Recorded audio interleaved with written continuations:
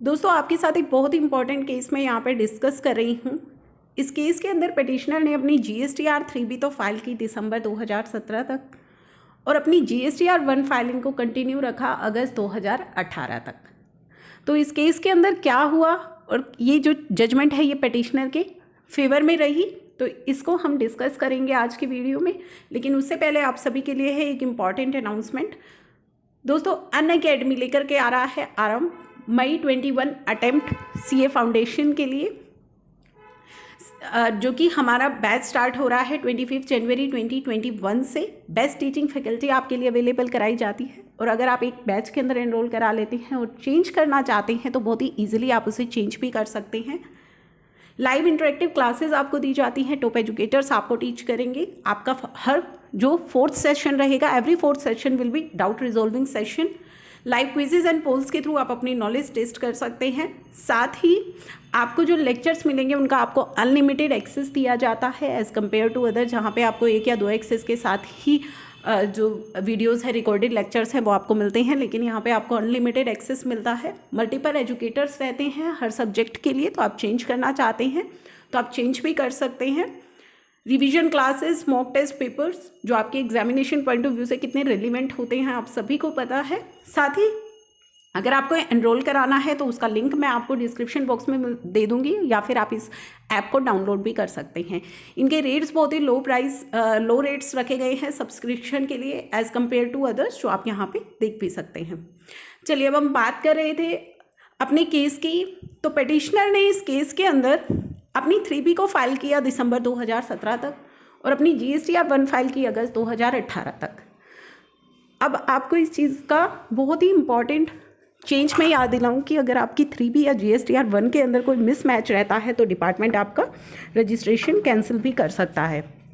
अगर अब आपकी GSTR 3B एंड GSTR 1 के अंदर कोई भी मिसमैच आता है तो इसमें 3B तो फाइल करता रहा, GSTR 1 तो फाइल कर रहा था पिटिशनर, लेकिन 3B उसने फाइल नहीं की। डिपार्टमेंट ने उसको एक शो कोस नोटिस सेंड किया कि आपने अपनी so and so returns file करनी नहीं की हैं, जिसकी वजह से आपका जो रजिस्ट्रेशन है वो कैंसिल हो रहा है, हम कैंसिल कर रहे हैं। इन रिस्पॉन्स टू विच, और ये शो कोस नोटिस उसको 4 अक्टूबर को रिसीव हुआ, जिसके रिस्पॉन्स में पिटिशनर ने रिप्लाई की 10 अक्टूबर 2018 को, यानी कि 4 अक्टूबर 2018 को उसके पास एक शो कोस नोटिस आया कैंसिलेशन के लिए, और उसकी रिप्लाई भी उसने 10 अक्टूबर 2018 को सबमिट की कि मेरे पास वर्किंग कैपिटल की शॉर्टेज है, मेरी इंटेंशन है पे करने की, but due to severe working capital shortage मैं अपनी ड्यू पे नहीं कर पा रहा हूँ।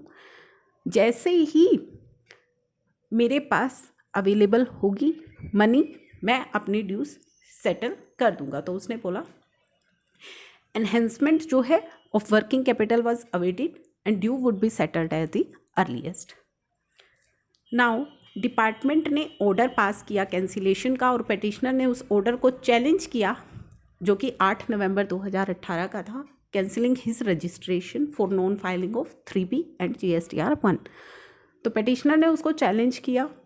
तो इस पर हमारी हाई कोर्ट ने क्या जजमेंट सुनाई वो मैं आपको यहाँ पे शेयर कर रही हूँ। ये काफ़ी सारे केसेस ऐसे हो चुके हैं और काफ़ी सारे केसेस में हाई कोर्ट ये जजमेंट सुना चुका है, और काफ़ी सारे टैक्स पेयर्स ऐसे हैं जो मुझसे इससे रिलेटेड सवाल भी करते हैं कि 3B फाइल नहीं हुई या GSTR 1 फाइल नहीं हुई, कैंसिलेशन ऑर्डर आ गया है, हम क्या करें। तो यहाँ पे जो जजमेंट सुनाई गई वो मैं आपको यहाँ पे बता रही हूँ। तो कोर्ट ने कहा let the principal secretary and commissioner bear in mind the technical difficulties faced by the SSC. तो कमिश्नर को जो एसएससी के द्वारा टेक्निकल डिफ़िकल्टी फेस की जा रही हैं उनको माइंड में रखना चाहिए। The fact that petitioner has not engaged in any business transaction on account of cancellation of registration for the last 4 month।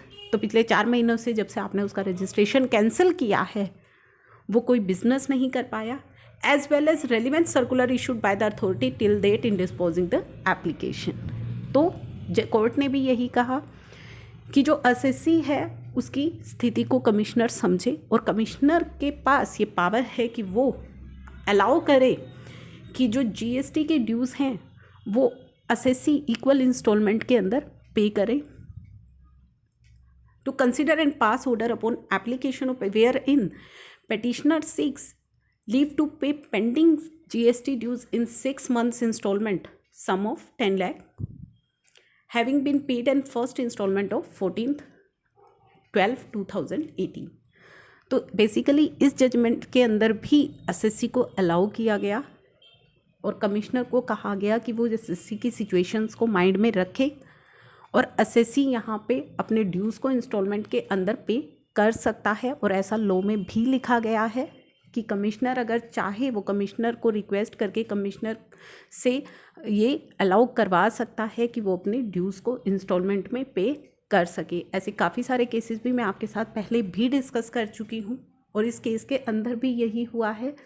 तो कमिश्नर अलाउ कर सकता है इंस्टॉलमेंट में पे करने के लिए। तो इस सेम केस के अंदर भी ये चीज़ सामने रखी गई कि ऐसी फैसिलिटी एसएससी को प्रोवाइड की जा सकती है। लॉ के अंदर ये चीज़ मेंशन भी है। तो वही चीज़ें इस केस में कही गई and the petition is disposed of in the aforesaid term.